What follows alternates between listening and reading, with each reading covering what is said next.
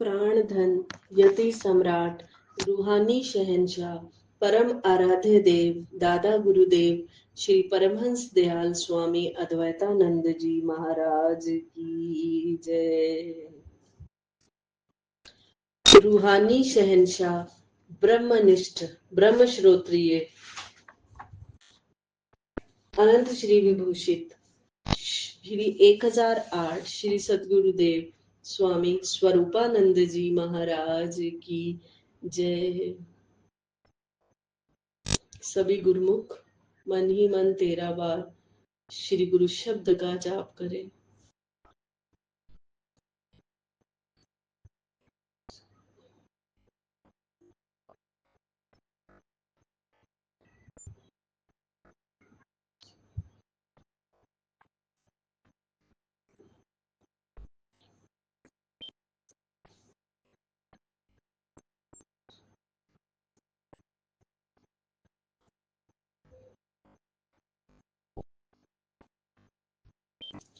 संन्यास दीक्षा। खान पान तक त्याग कर हुए भजन में लीन, स्वयं पूर्ण ब्रह्म थे अद्भुत चरित्र यह कीन। तब टेरी के उन पर्वतों में एकांत प्रभु ने वास किया, संसारी सुख संपत्तियों से पूर्ण मन को उदास किया। एक रोज तपस्या से उठकर दर्शन करने हित आए थे, तब परमहंस जी प्यार में आ कुछ प्यारे वचन सुनाए थे। बोले परमहंस जी आ गए हैं, इनको अंदर आने दो, ना रोको और बिठा लिया और बोले दर्शन पाने दो। आध्यात्मिक जीवन में साधना का विशेष स्थान है। जो कार्य सोने पर सुहागा करता है, वही कार्य आध्यात्मिक जीवन में साधना करती है। जैसे नींव के बिना कोई भवन खड़ा नहीं किया जाता, उसी प्रकार चरित्र निर्माण बिना अत्यंत आत्म अनुसंधान नहीं हो सकता। साधना के इस महत्व को दर्शाते हुए महर्षि पतंजलि ने अपने जगत विख्यात ग्रंथ योग दर्शन में 8 युक्तियां बतलाई हैं, जिन्हें दूसरे शब्दों में अष्टांग योग कहा गया है। ये भी साधना के 8 प्रकार हैं। जिस समय हम किसी महापुरुष की महानता की चर्चा करते हैं, तो उन्होंने जो कठोर साधना तथा भजन अभ्यास किया होता है, उसको हम जानबूझकर अपनी दृष्टि से ओझल रखते हैं, क्योंकि हम पकी पकाई खाने के लोभी बनने चाहते हैं, और चाहते यह है कि बिना मूल्य चुकाए जो मुफ्त में हाथ आए वो ले लो। हम भगवान महावीर, भगवान बुद्ध, जगत गुरु शंकराचार्य, स्वामी दयानंद, श्री रामकृष्ण परमहंस और स्वामी रामतीर्थ इत्यादि के जीवन चरित्र पढ़कर उन जैसा बनना तो चाहते हैं, परंतु साधना की जिन दुर्गम घाटियों पर उन्हें चढ़ना पड़ा, उससे आंखें चुराते हैं। यद्यपि अवतारी महापुरुषों को स्वयं तो उस साधना की विशेष आवश्यकता नहीं होती, तथापि वे मर्यादा पालन करने हेतु ऐसा करते हैं। वे तो जन्मजात पूर्ण पुरुष होते हैं। श्री इष्टदेव भगवान ने जो कठोर तपस्या की, उनके पीछे भी यही उद्देश्य काम करता है। ग्रह त्याग। हम खुदा ख्वाही व हम दुनियाए दूं, ई खयालस्तो मुहालस्तो जनो। अर्थात ईश्वरीय भजन और संसारी कार्य व्यवहार दोनों एक साथ चलाने अत्यंत कठिन है। श्री गुरु नानक देव जी महाराज को जब सुल्तानपुर लोधी में मोदी खाना में काम करने का आदेश पिताजी की ओर से मिला, तो जो कोई भी आता उसे मुफ्त ही सौदा दे देते और स्वयं सत नाम सिमरन में लीन रहते। जिन्होंने नाम का व्यापारी बनना था, वो भला इस साधारण कार्य व्यवहार में कैसे फंसे रहते। परम श्रद्धेय श्री सद्गुरुदेव जी महाराज के साथ भी ऐसा ही व्यवहार हुआ। बादलों की ओट में छिपे सूर्य के अस्तित्व से कोई इनकार नहीं कर सकता। इसी प्रकार महापुरुष लाख छिपाने से भी नहीं छिपते। जब आपके शरीर की आयु लगभग 12-13 वर्ष की हुई, तो संसारी माता पिता परलोक सिधार गए। बड़े भाई ने विचार किया कि अब आप उसके कार्य व्यवहार में सहायता देंगे, किंतु आप तो जन कल्याण निमित्त इस पृथ्वी पर पधारे थे, इसलिए संसारी बंधन भला आपको कैसे अपने मोह पाश में बांध सकते थे। जिन्होंने लोगों के दिलों का सौदा करना था तथा आध्यात्मिक व्यापारी बनना था, वे भला संसार की नश्वर चीजों के व्यापारी कैसे बनते। घर वालों को तो काम प्यारा होता है, चाम प्यारा नहीं होता। चाम का भी काम के पीछे आदर होता है। घर वालों के विवश करने पर जब कभी आप यदा कदा दुकान पर बैठते तो उसमें कोई रुचि न लेते थे। यदि किसी ग्राहक ने कुछ मांगा तो तोल कर दे दिया और दाम दिए तो ले लिए, नहीं तो हरी इच्छा। आप सदा अपने दिव्य आनंद में लीन रहते।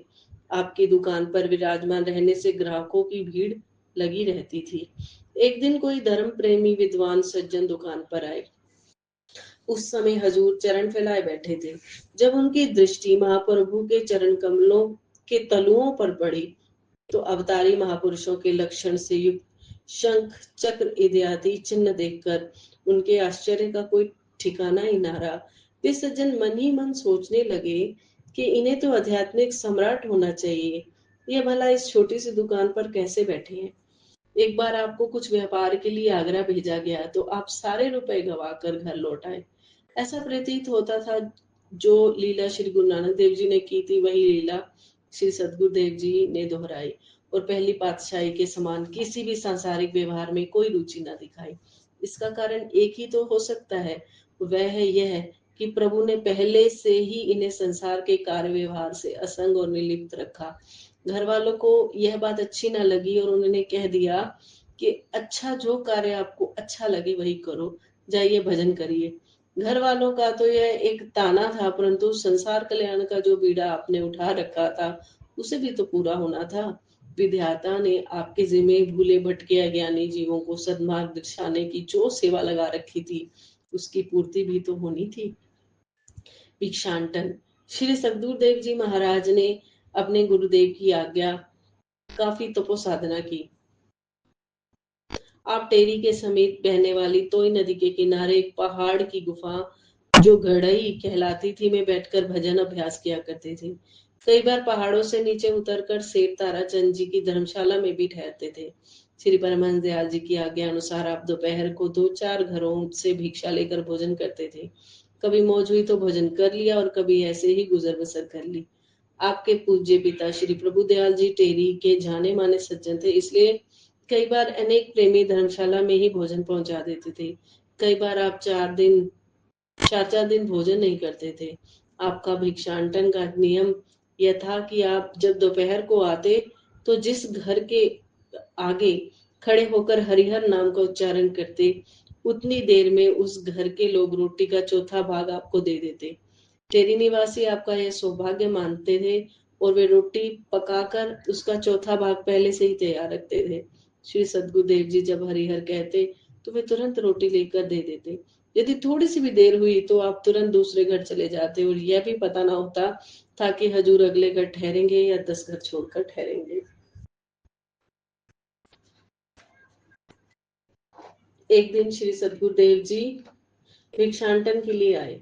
टेरी के एक प्रतिष्ठित सज्जन चौधरी दयाराम जी के घर से भोजन करके दुकान जाने के लिए अभी निकले ही थे कि उन्होंने दूर से आते आपको देख लिया। चूंकि चौधरी दयाराम जी का मकान पहले पड़ता था, इसलिए वे दौड़े दौड़े अपने घर आए और अपनी धर्म पत्नी से बोले, भाग्यवान जल्दी करो, महाराज जी आ रहे हैं। वे दोनों पति पत्नी बड़ी श्रद्धा से रोटी लेकर द्वार पर खड़े हो गए।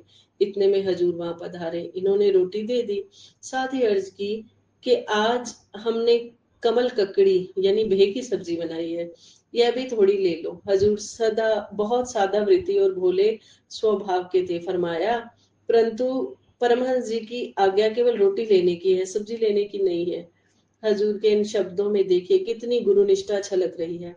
मनसा वाचा कर्मणा, अक्षर अक्षर गुरु आज्ञा कैसे मानी जाती है, हजूर उसके आदर्श स्वरूप थे। श्री सदगुरुदेव जी के यह शब्द सुनकर चौधरी दयाराम की आंखों से आंसू छलक पड़े। उन्होंने क्या देखा कि सदगुरुदेव जी के बाल बड़े हुए हैं, कपड़े फटे हुए हैं, कोमल नंगे चरणों में कांटे चुभे हुए हैं, कमीज की आस्तीन गायब है, सलवार के पोंचे भी फटे हुए हैं, चरणों में जूता नहीं है। श्री सदगुरुदेव जी के साधना अवस्था के इस रूप स्वरूप को देखकर चौधरी दयाराम जी ने अर्ज की कि आपने उच्च कोटि के साधु सन्यासियों से भी अधिक तपश्चर्या की है। अब जब श्री परमहंस जी पधारे, आपको अवश्य सन्यास भेष ले लेना चाहिए। कभी कभी आप श्री परमहंस दयाल जी के दर्शन करने तथा सत्संग सुनने के लिए आ जाया करते थे। आपके दिल में विचार आया कि स्वतंत्र साधु भेष होना चाहिए, जिससे ब्रह्म रूप से भी संसार से उपरामता प्राप्त हो। उधर अंतर्यामी प्रभु श्री परमहंस दयाल जी भी इसी मौज में बैठे थे। एक दिन एकांत में आपने अपने गुरुदेव के चरणों में प्रार्थना की कि मेरा दिल संसार से उपराम है, मुझे संन्यास दीजिए। श्री परमहंस दयाल जी ने आपकी प्रार्थना स्वीकार की और पूर्ण रीति से आपकी चोटी लेकर सन 1907 में संन्यास भेष धारण कराया और आपका शुभ नाम श्री स्वामी स्वरूपानंद जी रखा गया। बोलो श्री सद्गुरुदेव महाराज की जय। श्री परमहंस दयाल जी की आज्ञा अनुसार श्री महाराज जी साधु वेश में टेरी के समीप के पर्वतों में जाकर भजन अभ्यास करने लगे। कई कई दिन तक एक ही स्थान पर बैठकर समाधि स्थित रहते थे, परंतु जब आपने समझा कि किसी ने आपको देख लिया है तो किसी दूसरे स्थान पर जाकर साधना करते। जब कभी आप श्री परमहंस दयाल जी के दर्शन करने के लिए आते तो गुरुदेव प्रसन्न होकर फरमाते, आप अमुक स्थान पर भजन कर रहे थे। बहुत कम लोगों ने इस बात को जाना कि पूर्ण सतगुरु अपने शिष्य की दिली भावनाओं से भली भांति परिचित थे और जानते थे कि उनके बताए हुए मार्ग पर उनके शिष्य ने कितनी प्रगति करनी है। मुंह से बहुत कम बात एक दूसरे से होती, परंतु दिल की बात आंख से कह देते। गुरु निष्ठा में परिपक्व श्री सतगुरुदेव जी श्री परमहंस दयाल जी के आदेश अनुसार दिन रात आने वाली मंजिलों की तैयारियां करते और आध्यात्मिक शक्ति का भंडार इकट्ठा करते जाते, ताकि जिस महान कार्य को श्री गुरुदेव जी ने हाथ में लेना था उसके लिए आध्यात्मिक धन का खजाना जमा हो सके। इस राज को किसी ने न जाना कि आपसे भजन किस लिए करवाते हैं। बोलो श्री सद्गुरुदेव महाराज की जय। तद्रूपता एक दिन आप श्री परमहंस दयाल जी के दर्शन करने के लिए आए। जब श्री परमहंस दयाल जी ने आपको दूर से आते देखा तो सर्व संगत से यह वचन फरमाया, भैया रास्ता छोड़ दो, देखो परमहंस जी आ रहे हैं। कई भक्तों ने विचार किया कि यह क्या संकेत हुआ, इनको श्री परमहंस दयाल जी ने अपनी पदवी देकर क्यों पुकारा है। जो इस रहस्य से परिचित थे वो तो जान गए कि श्री परमहंस दयाल जी सब कुछ अर्पण कर चुके हैं, अर्थात आध्यात्मिक शक्ति एक हो चुकी है। दो शरीर और एक आत्मा वाली बात है। श्री परमहंस दयाल जी उसी प्रकार अपना सब कुछ अर्पण कर चुके हैं जिस प्रकार परमहंस रामकृष्ण जी ने स्वामी विवेकानंद को भेंट किया था। एक बार स्वामी विवेकानंद ने परमहंस जी से शिकायत की कि आप मेरा ध्यान नहीं रखते, मेरा अभी कुछ नहीं बना। अपने परम शिष्य नरेंद्र के यह रोष भरे शब्द सुनकर परमहंस रामकृष्ण जी बोले, नरेंद्र तुमसे किस समय और क्या काम लेना है यह मैं भली भांति जानता हूँ। तब एक दिन परमहंस जी ने नरेंद्र को पास बुलाया और सबको कमरे से बाहर जाने की आज्ञा दी। परमहंस जी नरेंद्र को पास बिठाकर उसे स्थिर दृष्टि से देखते हुए एकदम समाधि स्थित हो गए। इधर नरेंद्र को ऐसा अनुभव हुआ कि कमरे की सारी दीवारें हिलने लगी, फिर सारा मकान घूमने लगा, सकल ब्रह्मांड चक्कर खाने लगा। नरेंद्र को ऐसा महसूस हुआ कि एक अद्भुत शक्ति विद्युत प्रवाहत अंदर प्रवेश कर रही है। सारा शरीर थर थर कांप रहा था। नरेंद्र इसे सहन न कर सका और एकदम चिल्लाया, आप यह क्या कर रहे हैं। परमहंस जी ने बहुत शांत स्वर में फरमाया, मैं वही कुछ कर रहा हूँ जो मुझे करना चाहिए। नरेंद्र एकदम बेसुध हो गए। जब फिर सुधि आई तो क्या देखा कि श्री परमहंस जी अश्रुपात कर रहे हैं। थोड़ी देर बाद बोले, आज तुझे सब देकर मैं फकीर हो गया हूँ। अब जब तक मेरा काम पूरा नहीं होगा तुझे छुट्टी नहीं मिलेगी। शक्ति मेरी होगी, काम तू करेगा, तेरी हड्डियां भी मेरा काम करेंगी। श्री सद्गुरुदेव जी साधारण वेश में रहकर अपने आप को प्रकट नहीं करते थे। केवल सत्संग सुनने और गुरु दर्शन करने के लिए कभी कभी टेरी में आया करते थे। अधिकतर समय भजन अभ्यास तथा एकांत में ही व्यतीत होता था। बोलो श्री सद्गुरुदेव महाराज की जय। हे प्रभु, आप जी की सेवा करते हुए अनेक गलतियां हुई होंगी।